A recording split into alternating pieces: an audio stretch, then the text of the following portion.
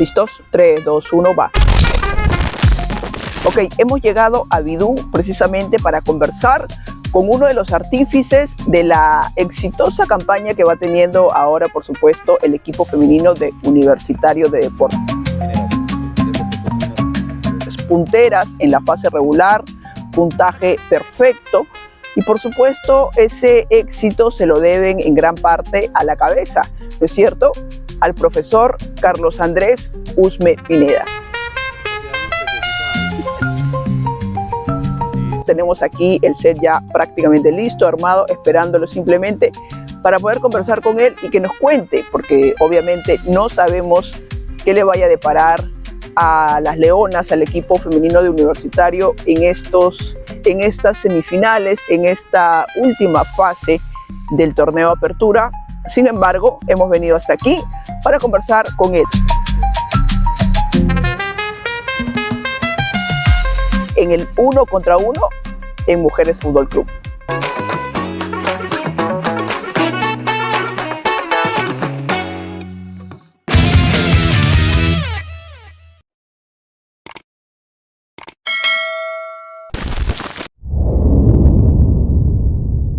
Existía el interés de mi parte, existía el interés de venir al fútbol peruano, de venir a Universitario. Inclusive aún hablo con las personas con las que trabajaba allá, tanto entrenadores como directivos, y siento yo que quedamos en buenos términos más allá de lo abrupto que pudo ser. Previo a una Copa América y claro, total.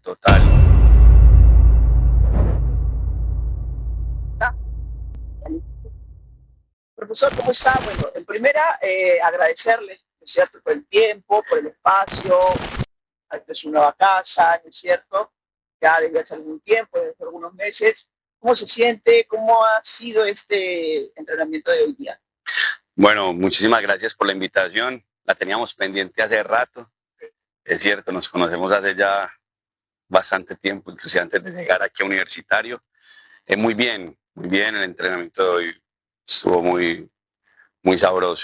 Yo creo que uno tiene que hacer de su espacio de trabajo, donde permanece mucho tiempo, un lugar agradable, sobre todo, con exigencia, con responsabilidad, con trabajo fuerte, pero también hay que disfrutarlo porque al final pasa uno muchas horas con las chicas, con el staff, y creo que ese buen ambiente es importante. Entonces, bien, contento, feliz de estar acá. Digamos que importante es la palabra que en este momento define a Universitario, alegría, felicidad, ¿no es cierto?, por lo que han venido haciendo en esta primera etapa. Justamente hablábamos con algunos colegas y conversábamos un poco del trabajo, vamos a decirlo, silencioso que ha hecho usted, porque si es que no estoy mal, creo que esta es la primera entrevista con un medio de comunicación de manera abierta, ¿no?, porque obviamente en los post partidos, en las zonas mixtas, eso ha existido, sí, pero creo que este es el primer contacto que hay con prensa, que un poco para que usted hable acerca de su trabajo.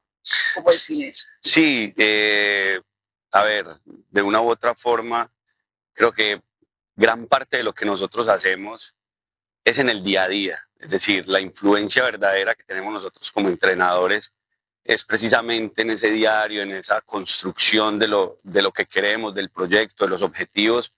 Y sí es muy silencioso y a mí me gusta que sea así, la verdad. No, a pesar de que siempre soy de puertas abiertas para la prensa, para las preguntas, para lo que se suscite, porque estamos en un deporte que da mucha exposición y obviamente, si es el caso, se hace, no hay ningún problema, pero me gusta más así, me gusta más bajo perfil, tranquilito, con mis muchachas. Es la primera entrevista abierta que realizamos, pero contentos con lo que hemos hecho hasta el momento.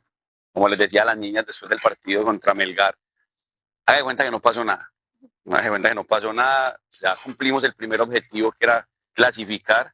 Eso era lo primero que nos habíamos trazado, afortunadamente como primeras, que también era otro de los objetivos que teníamos, pero eso ya queda atrás. Al final los torneos no se definen en una primera fase. Ahora estamos trabajando y pensando en lo que va a ser la semifinal, esperando también el rival, porque dependemos de la llave de Melgar con Ilucán para saber con quién nos toca. con la misma fe, el mismo compromiso, la misma alegría con la que empezamos el proceso, pero con los pies sobre la tierra también. Sabemos que estas instancias finales son complicadas.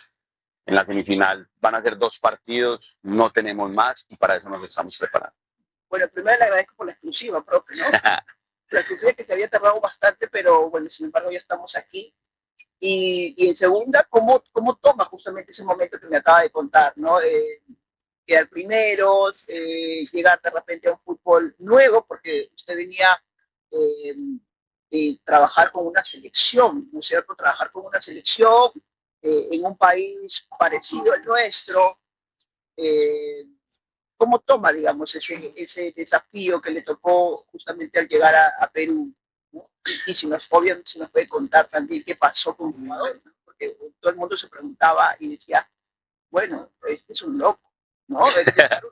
Dejar una selección para venir a dirigir un club, pues poca gente, ¿no? Porque esto lo hace, ¿no? Entonces, cuéntenos qué hubo en ese intermedio. Bueno, sí, la verdad no había tenido la experiencia de trabajar en el fútbol peruano. Sí, obviamente en Copa Libertadores ya habíamos tenido la oportunidad de enfrentarnos en Argentina contra Universitario, en Ecuador contra Alianza Lima, cuando dirigía América de Cali. Y tenía una referencia porque también cuando entrenaba la selección Ecuador, pues también enfrentamos a Perú. Entonces, de una u otra forma, sabía o tenía conocimiento de las jugadoras. Obviamente es muy diferente ya cuando uno llega y ya trabaja todos los días con ellas, pues te empieza a descubrir un montón de cosas que creo que es la base de todo. ¿Qué pasó con ese proceso? ¿Por qué desistió de seguir al mando de la selección ecuatoriana? Él seguramente nos lo va a contar con mucho más detalle. Espero que los mosquitos no nos coman en ese momento, hasta ese momento. Así que vamos a escuchar lo que nos cuenta, lo que nos dice el profesor Andrés Usme acerca de su salida de la selección de Ecuador. A ver, la salida de la selección Ecuador y la llegada a Universitario atiende más a un deseo personal. Yo disfruté muchísimo el tiempo que estuve con la selección Ecuador. Fueron momentos maravillosos, tengo recuerdos muy bonitos con las jugadoras, lo que fuimos construyendo, todo lo que pasó en esos 2 años que estuve allá, pero me hacía falta el día a día. Es decir, el trabajo en selección me permitió fortalecerme en otros aspectos muy importantes, pero ese contacto todos los días con la jugadora, el entrenar, el planificar, el estar en el rigor de una competencia, saber que hay que ganar 3 puntos cada 8 días o entre semana, me hacía falta. Entonces, por eso tomo la decisión. Básicamente, se dio la oportunidad y quise aprovecharla. Sí puede parecer una locura y más previo a una Copa América, y con la buena relación que tenía con mis jugadoras, obviamente, pero vi la oportunidad de hacerlo y no lo dudé porque mi corazón me decía que era donde debía estar, que era lo que quería hacer, y efectivamente hoy ratifico eso, teniendo un extraordinario recuerdo de todo lo que vivimos allá, muy pendientes de ellas también, porque pues obviamente quiero que les vaya bien, con lo que pasó en el Suramericano Sub-17, que lograron pelear título.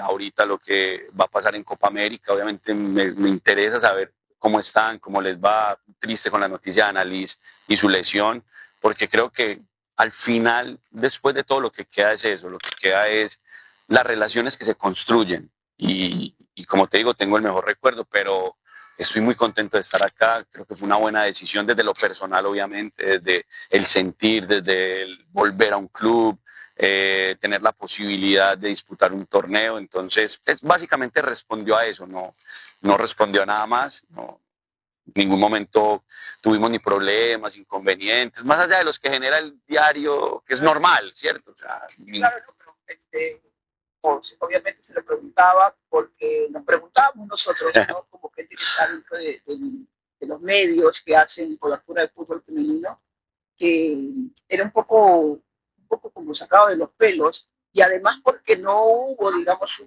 un feedback o una respuesta por parte de la selección ecuatoriana ¿no? Porque casi ni siquiera me pidieron, ¿no? O sea, no hubo una gráfica, gracias profesor Ume, no hubo nada de eso, pero por ahí había la especulación de que se había roto algo, ¿no?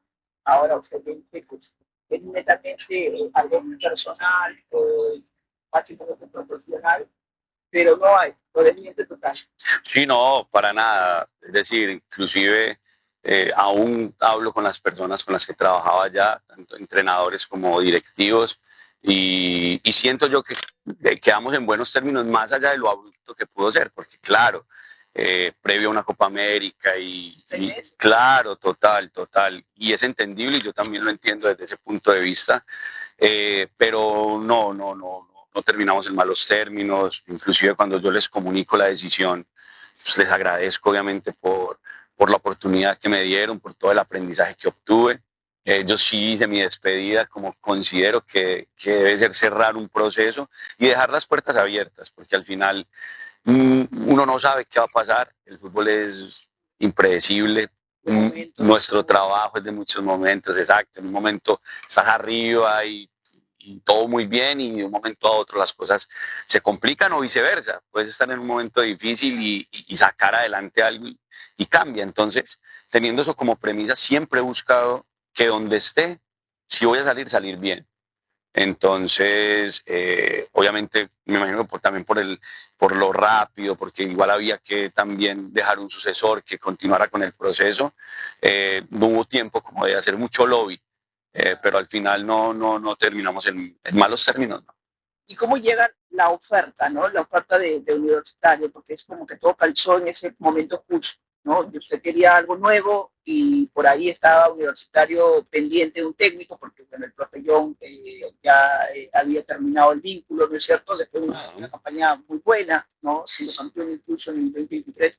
¿Cómo llega esa oferta? ¿Cómo lo contactan? ¿De qué manera se da ese ingreso para universitario? Porque además, el profe, cuando conversamos esta primera vez, cuando nos conocemos en el 2022, usted me habla de universitario, ¿no? Me habla de universitario, me habla, recordar ahí más o menos las palabras, me habla de universitario, me habla de profe John incluso, ¿no? Entonces creo que era como que había una conexión, creo ya. No sé si el universo se confabuló para que... Algunas jugadoras peruanas inclusive que han estado en la Liga Colombiana las conozco, el caso de Marjorie Sánchez, la arquera, Fabiola Herrera, que también ha estado por Colombia. Tuve la posibilidad de enfrentar a Universitario de Perú y Alianza Lima, donde se condensan, digamos, la mayor cantidad de jugadoras. Entonces, Luz Campoverde, Pierina Núñez, que juega en Alama, donde juega mi central capitana, que es Gigi Moreira. Entonces, Oxana Canales, que la he tenido referenciada desde que la enfrentamos. Bueno, se me pueden escalar García, bueno, muchas jugadoras que en algún momento hemos tenido la posibilidad tanto de enfrentar como de hacer seguimiento. Ahorita que estuvimos en la Copa Libertadores también tuve la posibilidad de ver el equipo de Universitario, donde dirige un buen amigo mío que es John Tierra Adentro. Pues al final yo creo que todo se va acomodando acorde a las expectativas o lo que uno quiera, ¿cierto? Obviamente nosotros con el profe John tuvimos un pasado en América, igual que con el profe Gustavo Pineda, que ahorita está en Independiente del Valle. Entonces, obviamente lo conocía en Copa Libertadores, porque yo estuve presente en Copa Libertadores que se disputó en Cali, que tenía algunas jugadoras ecuatorianas de la selección ahí, y nos encontramos, nos saludamos, lo felicité. Obviamente, siempre que un compatriota está por fuera haciendo las cosas bien, creo que eso habla bien de nosotros como país. Y me alegra, obviamente, que las personas con las que he compartido pues lo hagan bien y obtengan muy buenos logros. Luego también ya tenía un acercamiento con Fabricio, ya nos conocíamos, habíamos hablado en algún momento, y cuando obviamente ya sale el profe, empiezan a buscar alternativas, mi hoja de vida llega, empezamos a hablar, y no es que se haya dado tampoco de la noche a la mañana, es decir, nosotros veníamos hablando ya de un tiempo atrás. Yo finalizaba contrato con Federación en diciembre del 2020, el año pasado, 2024. Y como ya tenía esa expectativa también de pronto de cambiar, porque quería volver a un club, empezó a cuadrar todo. Ahí se empezó a cuadrar todo, pasaron muchas cosas, hasta que al final se pudo concretar. Y creo que cuando se concretó sí ya es algo más de la vida, del universo, de cuando las cosas se tienen que dar, y por eso mi llegada acá. Pero ya digamos que habíamos tenido acercamientos, habíamos hablado, y existía el interés de mi parte, existía el interés de venir al fútbol peruano, de venir a Universitario, de asumir el reto, porque al final lo que hacemos es asumir retos y tratar de sacarlos adelante. Y bueno, gracias a Dios se dio y hoy estoy acá. Bueno, y para bien, ¿no? Porque su llegada ha significado, como decíamos al inicio, eh, el que Universitario, que el equipo femenino se levante, ¿no? Porque no, no pasó por un gran año el año pasado, en el 2024. El profe John hizo todo muy bien en el 2023, pero el 2024 creo que no le fue de la mejor manera.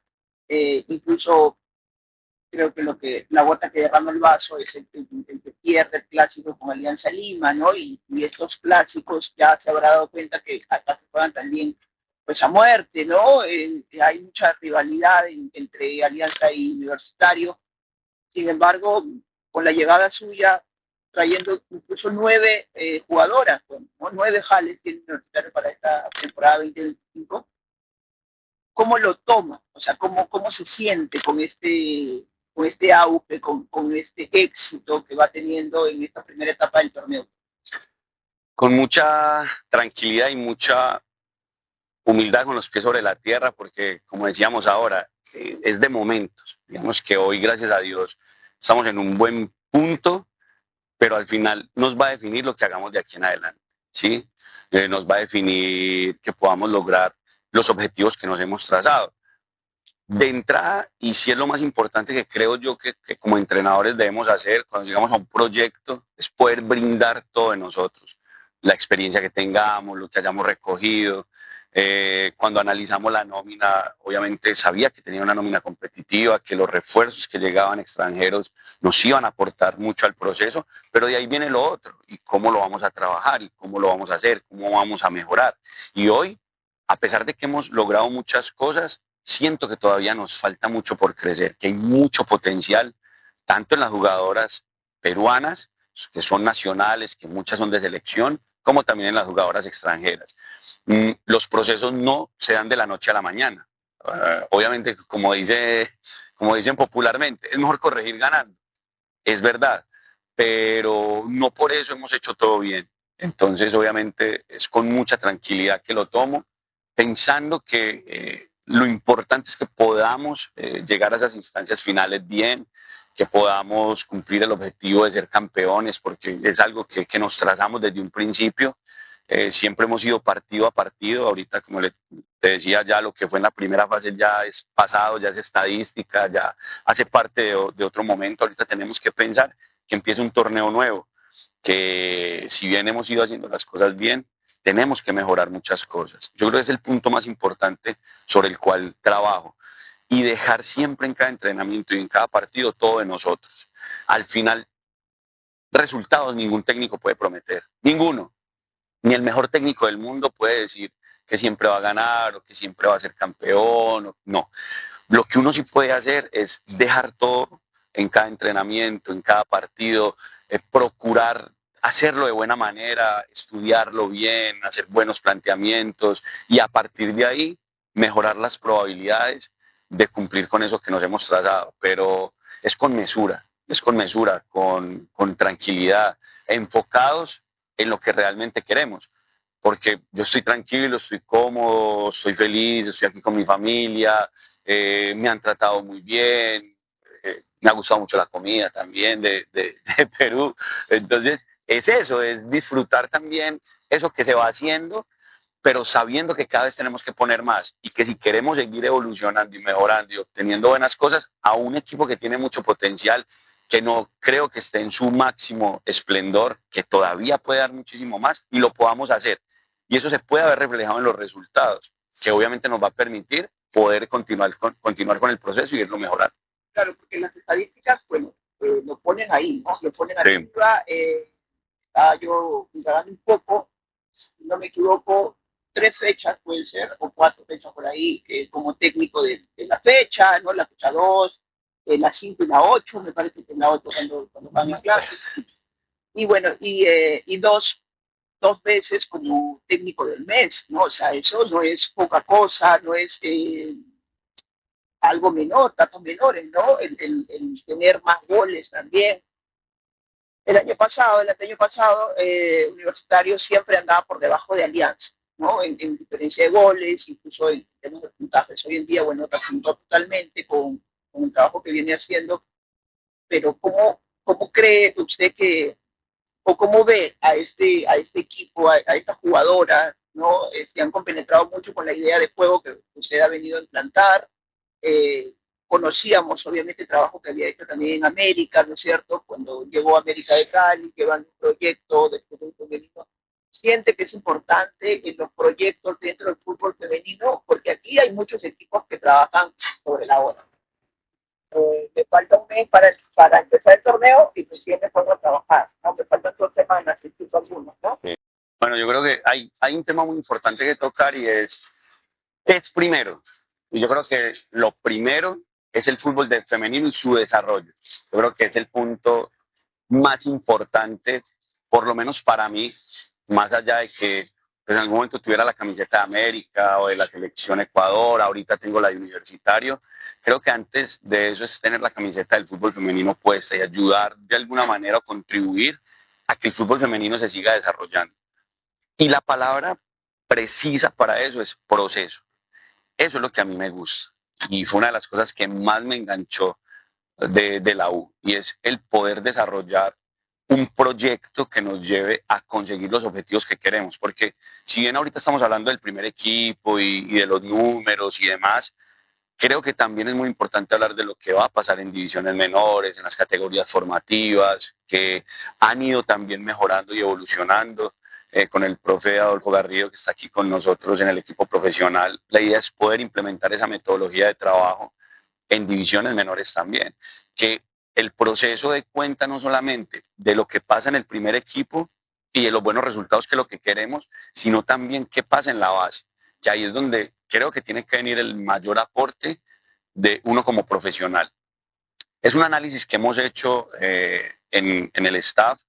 Esos reconocimientos son un reconocimiento al trabajo en equipo, porque al final yo soy el técnico, pero yo tengo un cuerpo técnico detrás, yo tengo un staff detrás que ha venido haciendo muy bien su trabajo, que cada vez hemos complementado de mejor manera, y ese esfuerzo de todos es lo que ha llevado a que podamos ir resolviendo bien las cosas.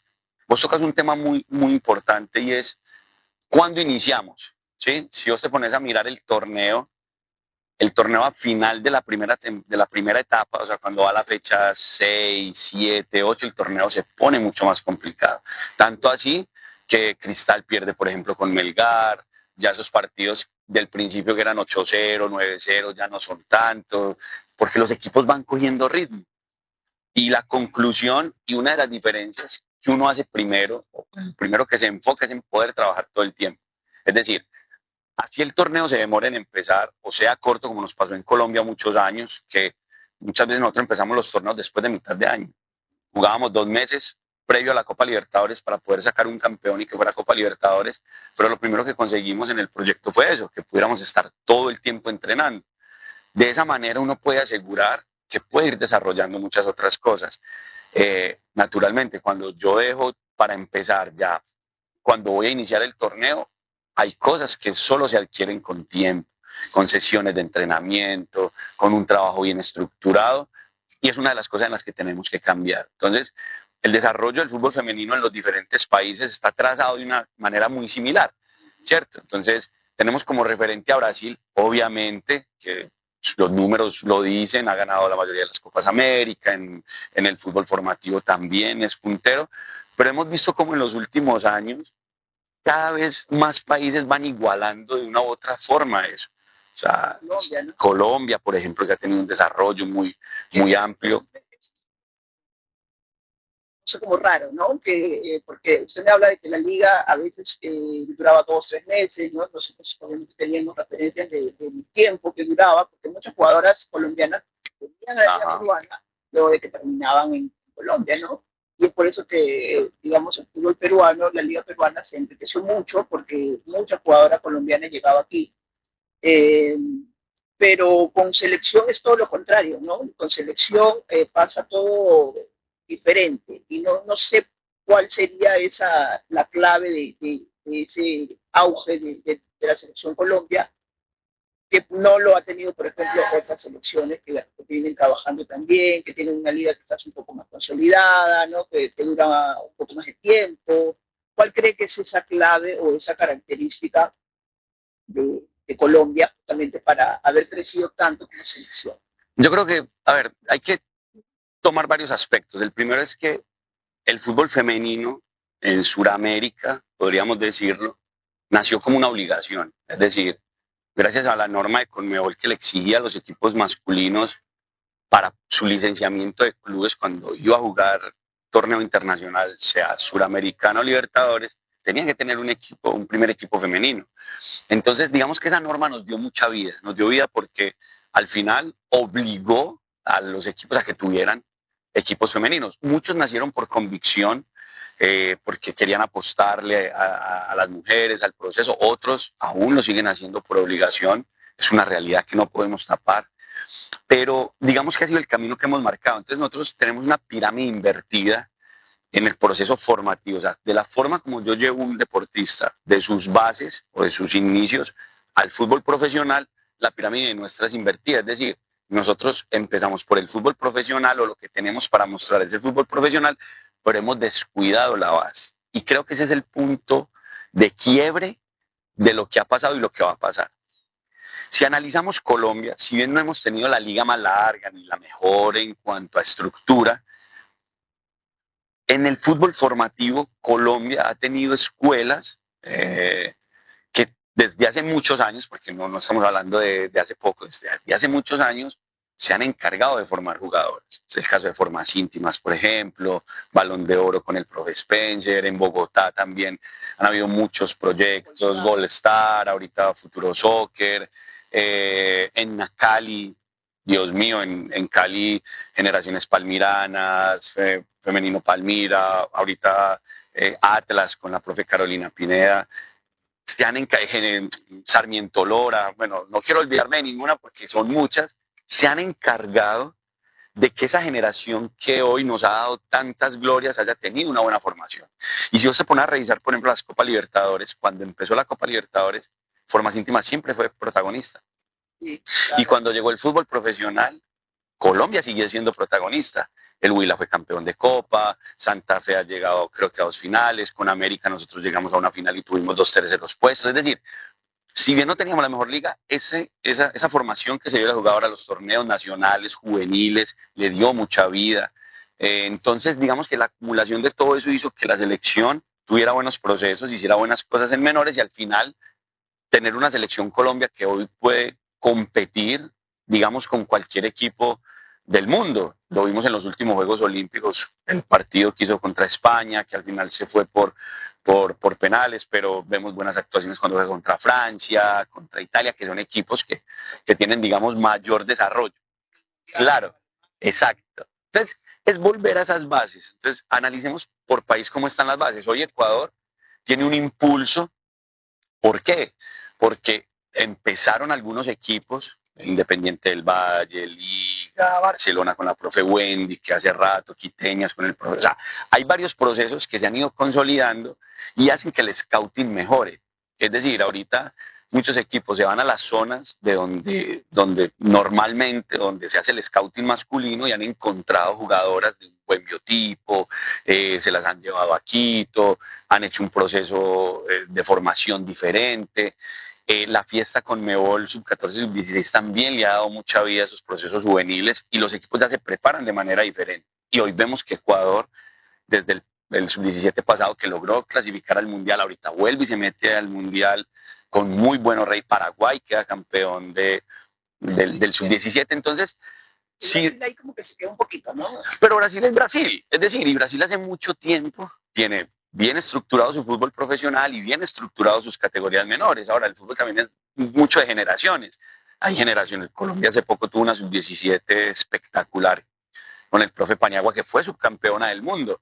Linda, Gaby, bueno, una cantidad de jugadoras espectaculares que luego fueron sub-20, que pelearon el Mundial en Colombia. Entonces, esos procesos son los que se van dando así. Entonces uno, digamos, ahorita estamos en Perú, listo, entonces habría que revisar cómo es el fútbol formativo en Perú, dónde salen las jugadoras que luego van y compiten en ese sub-14 que da clasificación a Paraguay, que ahorita la U se coronó campeón del torneo y vamos para Paraguay con un equipo de menores, cómo se maneja esa sub-16, que al final son la base, porque cuando hablamos de selección, lo que muestra la selección es la salud que tiene el fútbol formativo. ¿Sí? ¿Por qué? Porque si yo tengo buenos procesos, digamos, yo tengo un sub-14, un sub-13 bien estructurado, un torneo bien montado, donde los equipos compitan, haya buena competencia, tengo la base para ir formando una sub-15. Y si tengo una buena sub-15 y y sigo participando en esos torneos, y luego voy a un suramericano sub-17, pues obviamente esos procesos se van a ver mejorados. Si tengo una buena generación que hace un buen suramericano, y mire que Perú en los últimos suramericanos no se ha metido al mundial, pero ha clasificado de fase. Sí, y ahorita el suramericano, claro. Y el sub-20 que jugó en Guayaquil fue muy buen sub-17, que hoy hay muchas jugadoras que hacen parte de la liga profesional. Y bien es cierto, acá también han habido escuelas, como la que usted me comenta, ¿no? Formas íntimas, Generación Palmiranas, Goldstar, etcétera, ahí en Colombia. Acá hemos tenido, por ejemplo, el JC, no sé si lo recordará, que ha ido muchas veces a competir en Libertadores.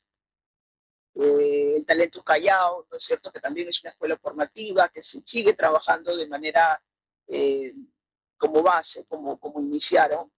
Sin embargo, se han quedado un poco en el tiempo a raíz del tema de la liga, ¿no? Porque la liga y muchos clubes absorbieron a esas jugadoras, muchas de las que están jugando acá en Universitario pasaron por ahí, ¿no es cierto? El caso de Fabio Herrera, me parece que también Ochi Miranda, ¿no? Geraldine Cisneros, Scarlett Flores, etcétera, ¿no? Entonces, todas ellas, por ejemplo, salieron de esas escuelas, ¿no? Pero es una generación que ya está prácticamente terminando un ciclo también, ¿no? Pero después de eso es como que no hay más, ¿no? No hay más fuente de dónde sacar. Sin embargo, esta sub-17 o esta sub-20 que usted me comenta, han hecho buenos procesos, de hecho pasando, ¿no es cierto?, a instancias donde nunca habían pasado, ¿no? El caso de la sub-20 era la segunda vez que lo hacían, porque hubo una en el 2006, ¿no?, justo con la profesora Valverde, que está ahora dirigiendo a la sub-17, y eso fue en el 2006, estamos hablando prácticamente 20 años después o 18 años después. Entonces ha pasado un largo tiempo para que una selección vuelva a pasar una instancia, ¿no? Entonces hay muchos años de diferencia, ¿no?, con otros países. Sin embargo, Colombia pues ha hecho las cosas, entre comillas, un poco mejor en ese sentido. Así lo ven.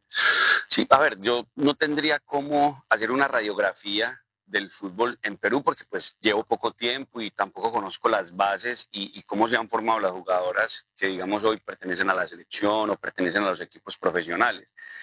Sí es cierto que habría que revisar ese tema formativo porque ahí está la clave. O sea, la clave no está en el fútbol profesional. Al final, el fútbol profesional se va a nutrir de la jugadora que vaya sobresaliendo. Y es normal que o sea, un país donde de pronto, en términos generales, no hay muchas jugadoras de fútbol, pues cualquier jugadora que va resaltando, sobresaliendo, va siendo captada por los diferentes equipos.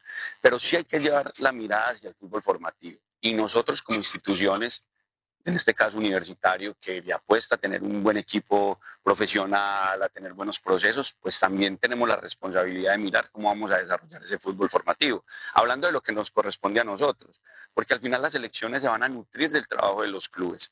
La selección se fundamenta en el buen proceso que puedan tener los clubes. Entonces, pues no tengo cómo sacar una conclusión de por qué ha pasado eso, cuál ha sido la situación. Lo que sí puedo decir es que hay de dónde hacer las cosas, o sea, hay buen material, hay buenas jugadoras.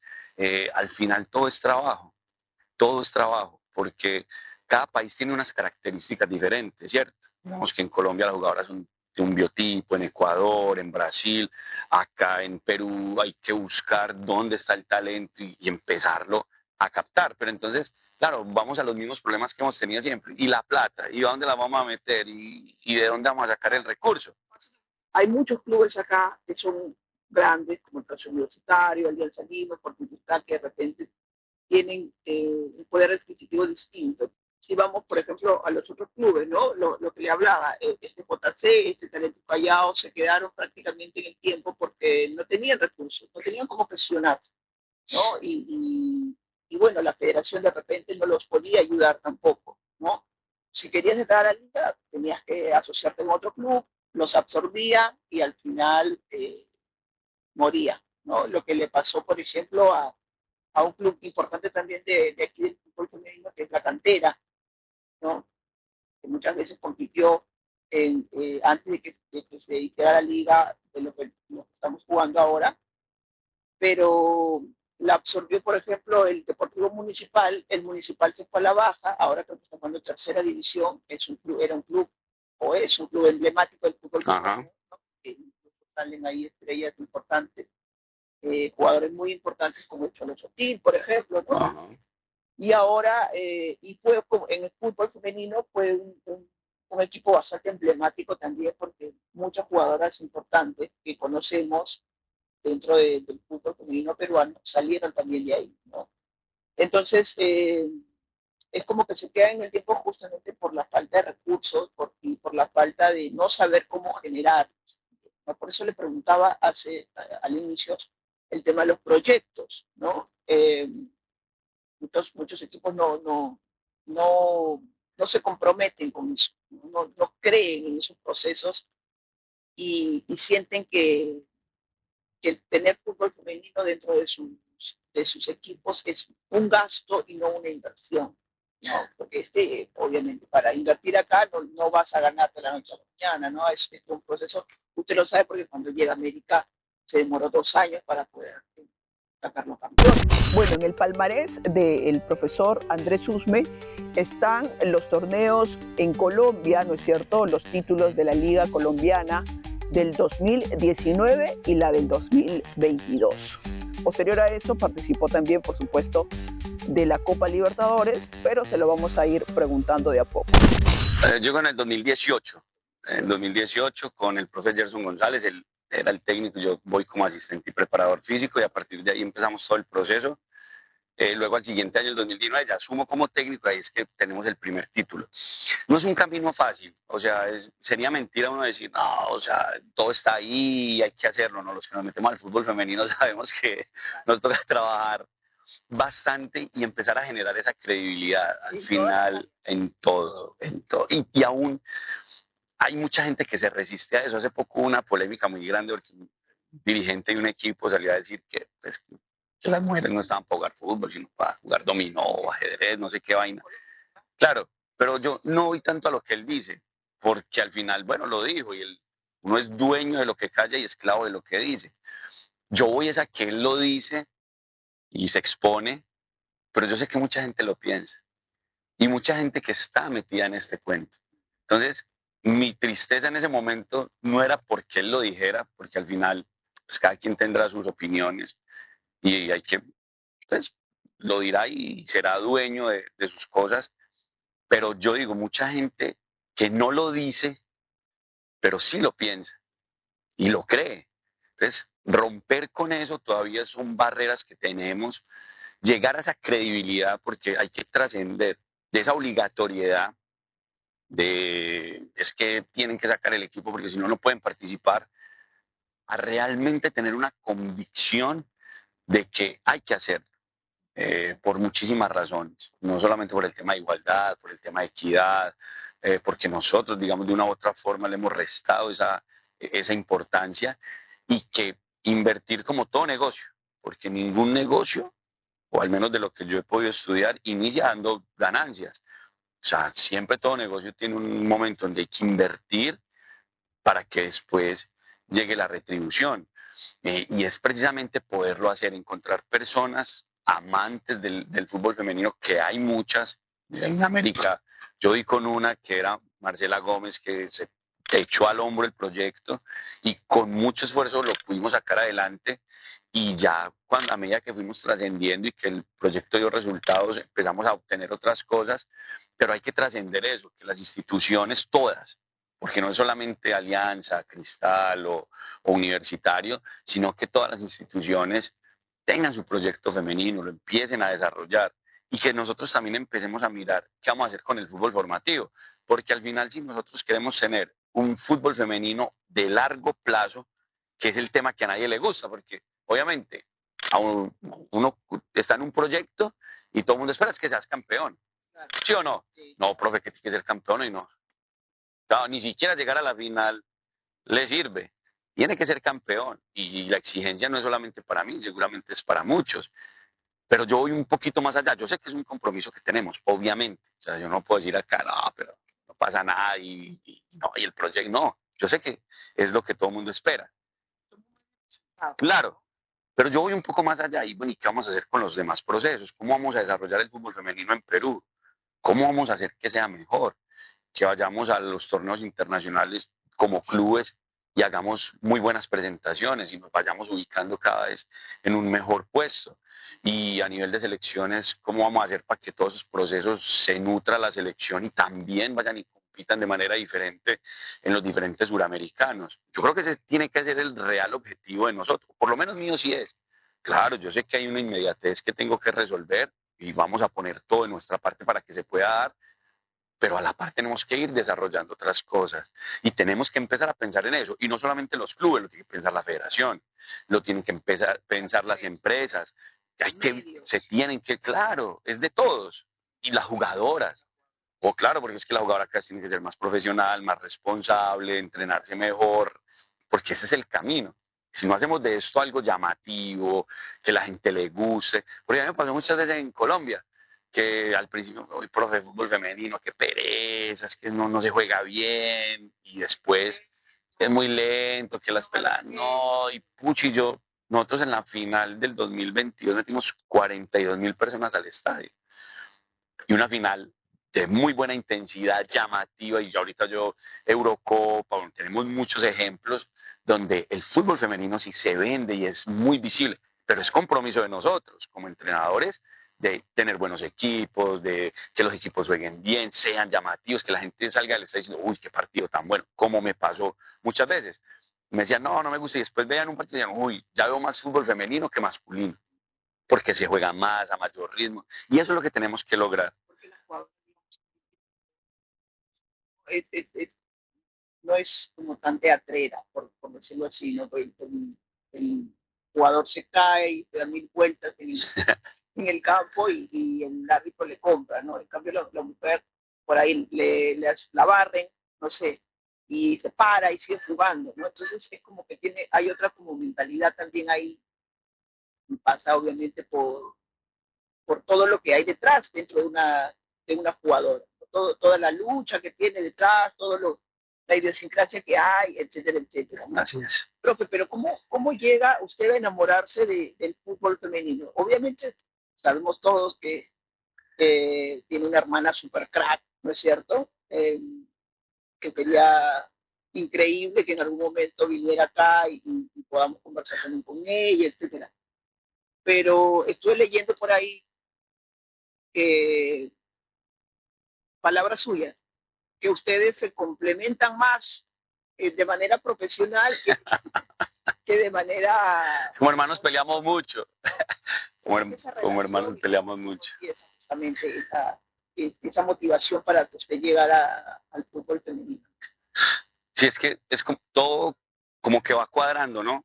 Claro, mi hermana Catalina es siempre, porque siempre ha sido así, desde muy pequeña, porque ella es la menor de la casa, es siempre con el balón, en los entrenamientos de nosotros, jugando con niños, siempre llamó mucho la atención, porque claro, pues, en esa época nosotros vivíamos en un pueblo pequeño.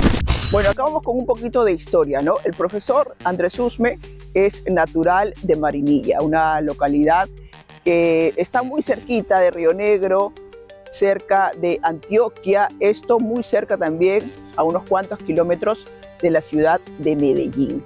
Se le conoce como la Esparta colombiana porque durante la época de la independencia, libraron batallas durísimas, durísimas con los españoles justamente para defender esa independencia y esa libertad del país.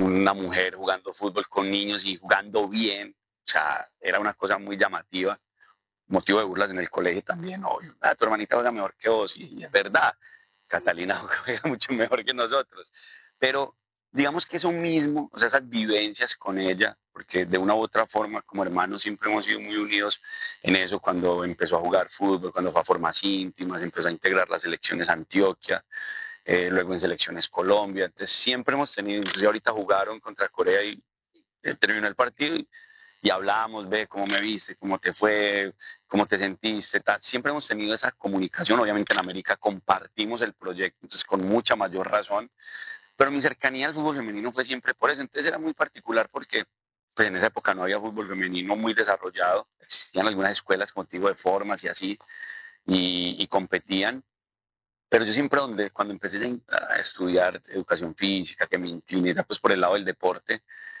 siempre donde estaba sacaba un equipo femenino. Entonces, por ejemplo, están las divisiones menores del Deportivo Independiente Medellín. Y allá hay un torneo muy famoso que antes se llamaba Pony Fútbol, hoy es Baby Colanta, es un torneo categoría sub-12, sub-11, y empezaron a meter fútbol femenino. Y entonces nos llamaron, venga, saquen un equipo femenino, porque conocían a Cata. Entonces, en Medellín sacamos el equipo femenino, participamos en 2 torneos, yo lo dirigí un año, luego lo dirigió mi hermana. Luego fui a trabajar a un colegio y saqué el equipo femenino. Entonces siempre, no, en estos momentos, o sea, en ese momento yo no pensaba por qué hoy digo que obviamente era esa relación con Cata y ver su lucha, porque es que era muy complicado. Cata trabajaba, no sé, haciendo inventarios o de mesera en alguna parte, no, haciendo cualquier cosa, o en una escuela de fútbol. Y llegaban las convocatorias de Selección Colombia, entonces tenía que renunciar al trabajo, irse para la selección, volver a buscar trabajo porque ya se quedaba sin trabajo.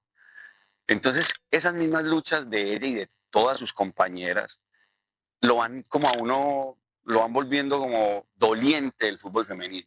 Decía, pero tan berro, y uno veía, claro, los hombres con todas sus cosas, y decía, y las peladas, ¿qué? Entonces siempre intentaba tener un equipo. Digamos que tenía como que esa empatía. Claro, de hermanos, pero total. De lo que pasaba pues en la sociedad en ese tiempo. Y disfruto mucho trabajando con mujeres. O sea, lo que para muchos es como algo, ay, qué pereza, porque también he tenido entrenadores que me han dicho, oye, hermano, yo no sé cómo le gusta trabajar con viejas de edad. Yo por acá no vuelvo.